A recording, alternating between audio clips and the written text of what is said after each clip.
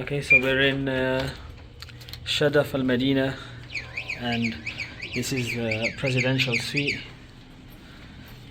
It's got 3 bedrooms inside. Got a toilet there.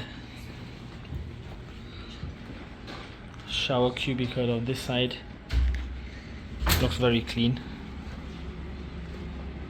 You get 2 single beds on this side. Then we've got a little seating area over here. Let's have a look what's on this side.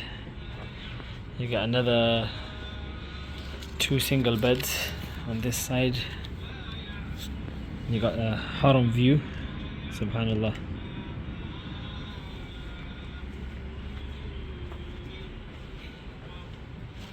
Yeah, this is probably the master bedroom.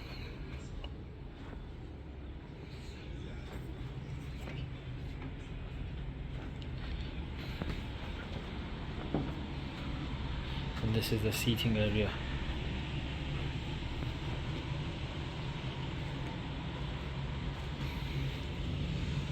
Subhanallah.